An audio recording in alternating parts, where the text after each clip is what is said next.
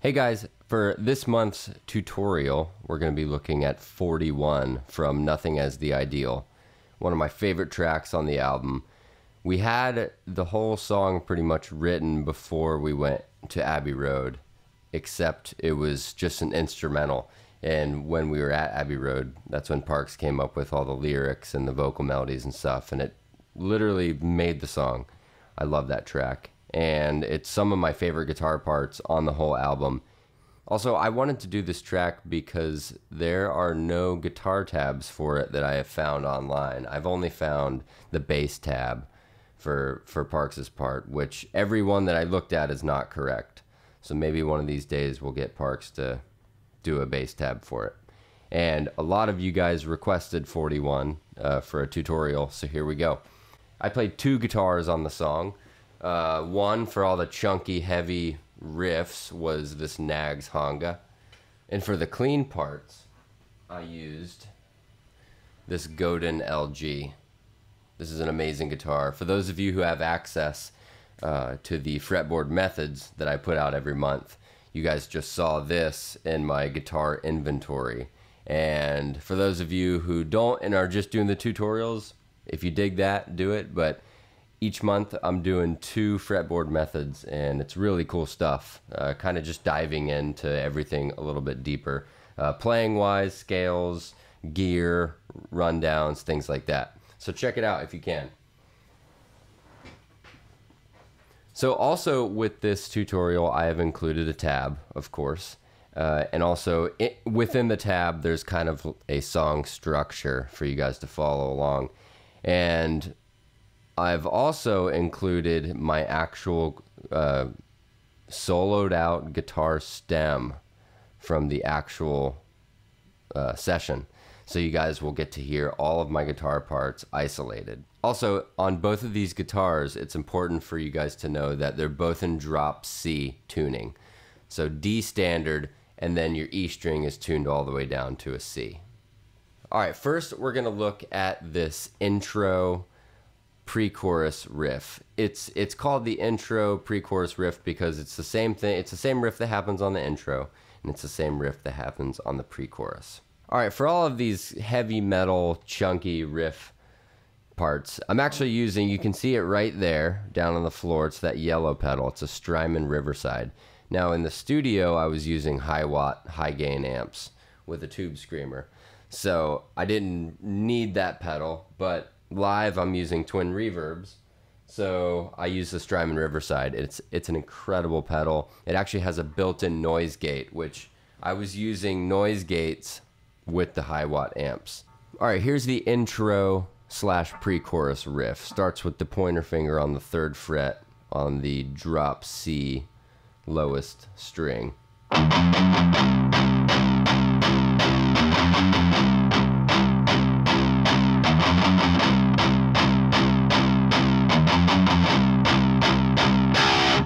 So that last drop C note, I'm hitting full on open, but then I'm stopping it. And then the other ones that I'm chugging, I'm palm muting. I'm not going. I'm palm muting those drop Cs. And as you can see on your tab, it's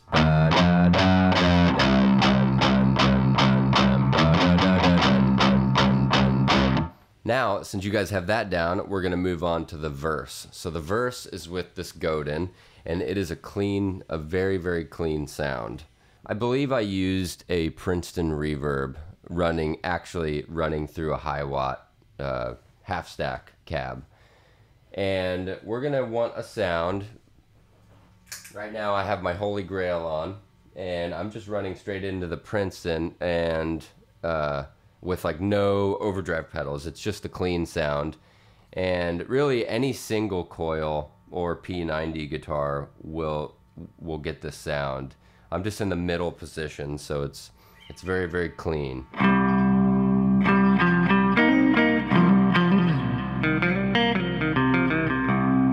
Almost like Strat sounding. All right, let's check this verse out.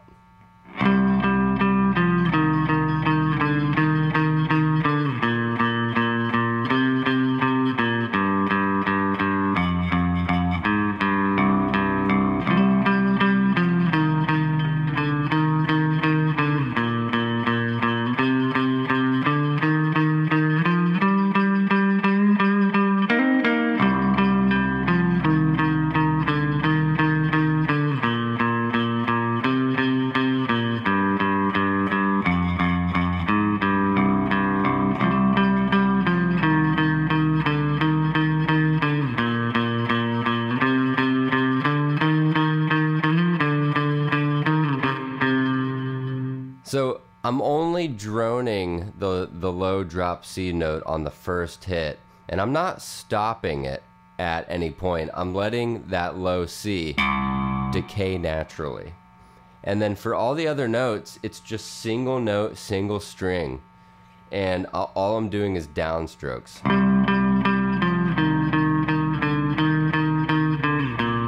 Listen how that drop C just kind of fades out naturally.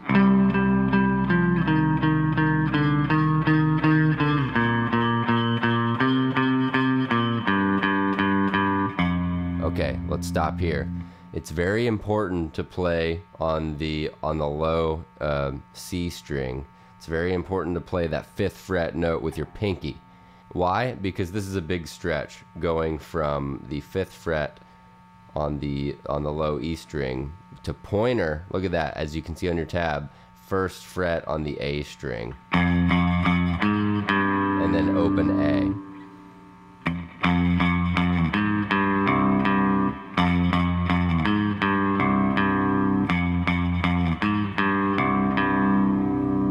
From the top.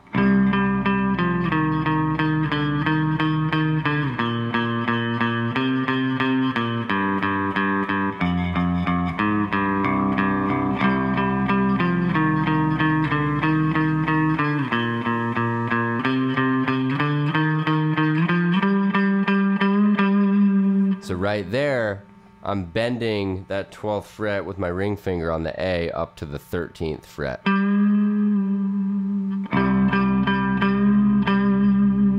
And then I'm going to that lick, which is your pointer finger on the 10th fret on the D and the G string, barred.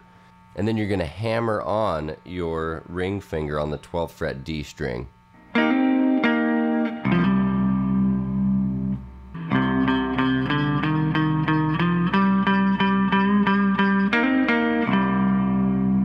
Again.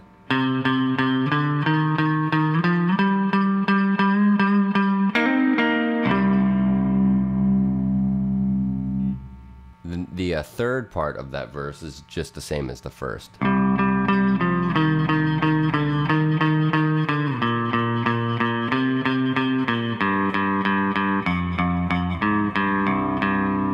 now the 4th part, I'm gonna hit on my blues driver, and you'll see when that should be coming on.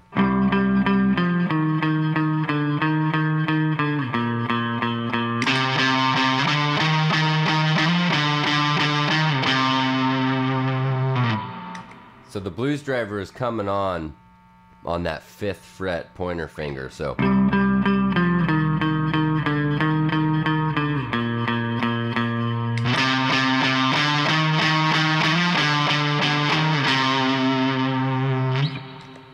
now for the choruses, I actually use the Godin as well, only I used a blues driver. I'm gonna switch to my bridge pickup on the guitar, and all of the settings should stay the same. Really, the only thing I'm doing is I just switched to the hotter, brighter pickup. Let's check this chorus out.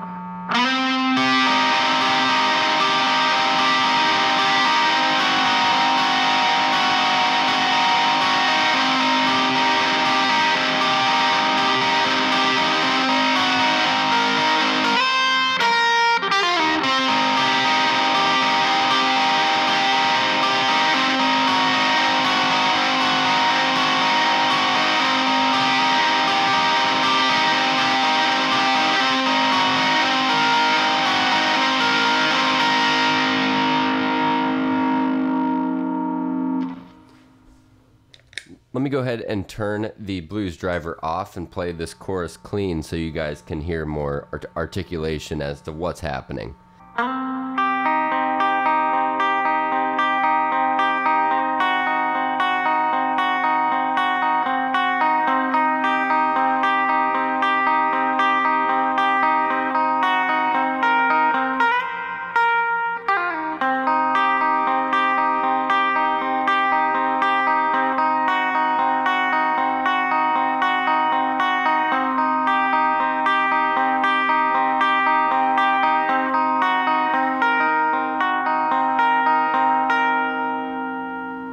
So what's happening here?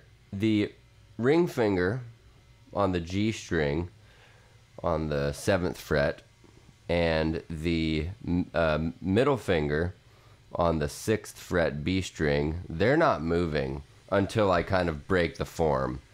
The only thing that is alternating is the pointer finger is going from 5 to 4 on that high E. And starting this chorus, I'm sliding in, as you can see on the tab, I'm sliding in on the G string with my ring finger 5 to 7.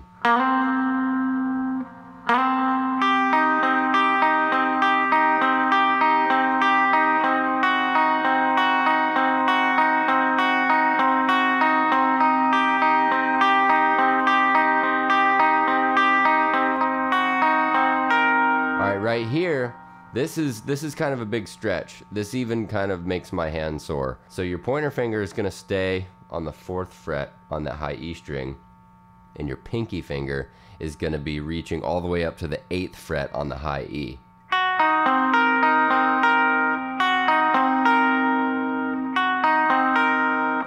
At the same time, your middle finger and your ring finger, they still have not moved.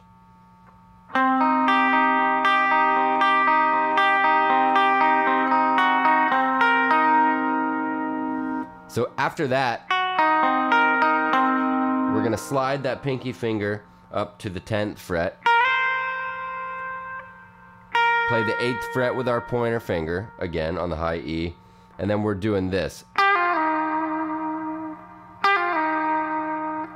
So it's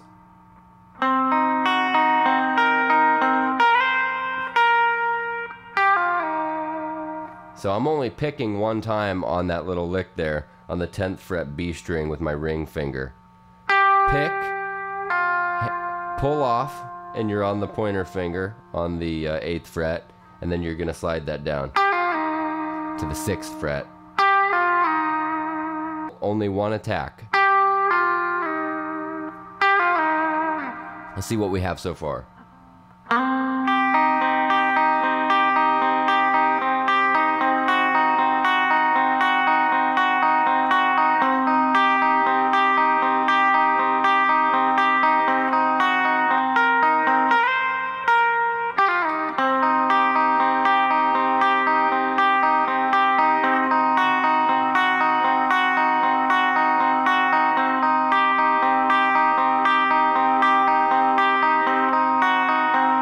Okay, so here we're not going to do that lick. We're just going to alternate with our pinky finger and our pointer finger, going from 8 to 4 back to 8. And pay attention to the arpeggios on the tab.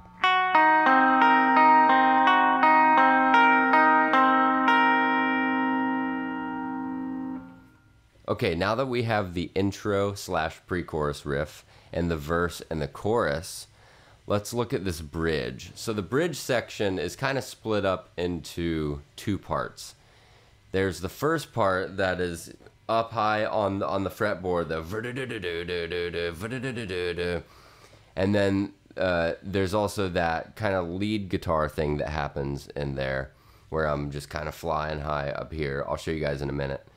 And then the second part of the bridge, before that last chorus, is when we're all super chunky down low.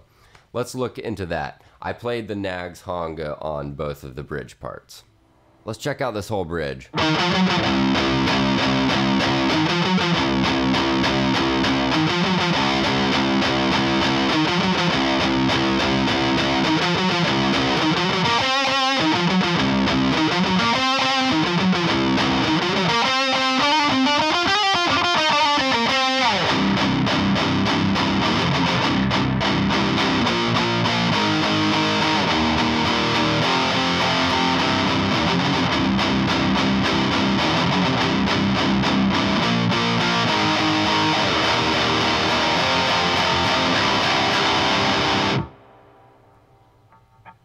So that first lick, I'm actually palm muting all of the notes. It's the one that starts on the 15th fret pointer finger on that low C string.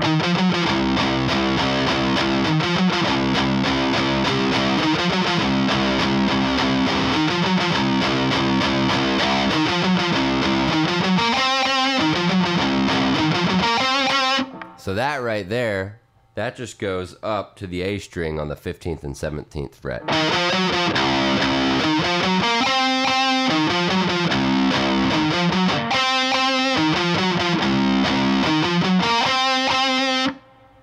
Now the hardest part of the song is this next lick here.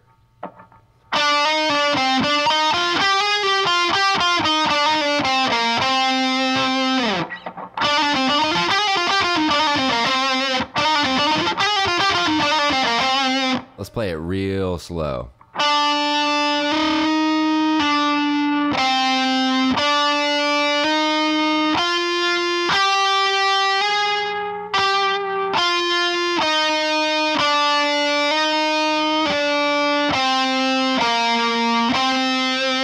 A little faster.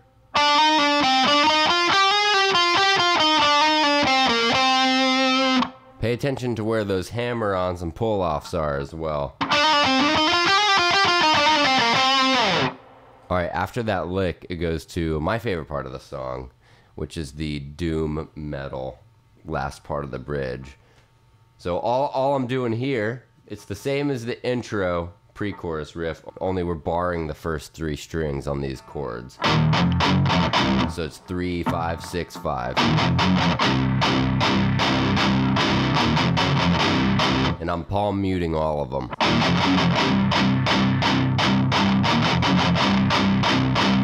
Now on these 3 hits on the 10th fret, I'm going to lose the palm muting. 5,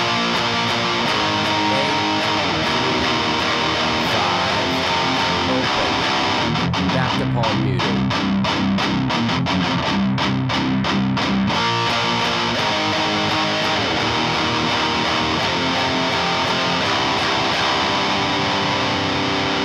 Then we go back to the last chorus, and then the verse outro.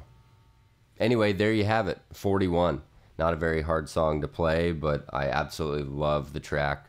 Guys, thank you so much, and I'll see you next month.